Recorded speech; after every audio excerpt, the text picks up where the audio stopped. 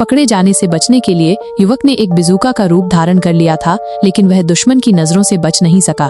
खूंखार हत्यारों का सरदार सांग बियाओ जानबूझकर अनजान बना रहा। उसने अपने आदमियों को कुछ कदम पीछे हटने का इशारा किया, फिर अपनी बंदूक निकाली और बिजूका पर तान दी। उसके आदमी अनिच्छुक थे, लेकिन सांग बियाओ के दबाव में उन्होंने वैसा ही किया। इसके बाद सबने एक साथ गोलियां चलानी शुरू कर दी।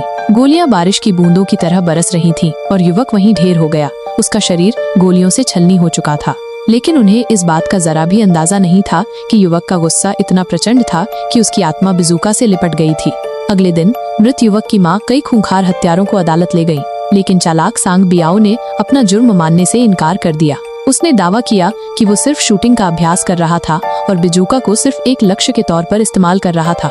आखिरकार जज के पास उन्हें दोषी न ठहराने के अलावा कोई चारा नहीं था। जब वे लोग कानून के शिकंजे से बच निकलने की खुशी मना रहे थे, उन्हें पता नहीं था कि अब उन्हें एक अलग तरह का हिसाब चुकाना होगा। अगले दिन एक खूंखार हत्यारे को अचानक खेत में एक बिजूका मिला। उसे तुरंत लगा कि कुछ तो गड़बड़ है, इसलिए वो पास जाकर देखने लगा। उसने पाया कि बिजूका हूबहू उस आदमी जैसा दिख रहा था जिसे उन्होंने मारा था। वो इतना डर गया कि उसने तुरंत अपने दूसरे साथियों को बुलाया, लेकिन उन्होंने उसे डरा हुआ कहकर मजाक उड़ाया और कहा कि शायद तनाव की वजह से उसे मतिभ्रम हो गया है। जब वो खूंखार हत्यारा अपने घर लौटा तो उसने देखा कि बिजूका गायब था, लेकिन जैसे ही वो वापस घर जाने वाला था, कुछ अजीब घटना घटी।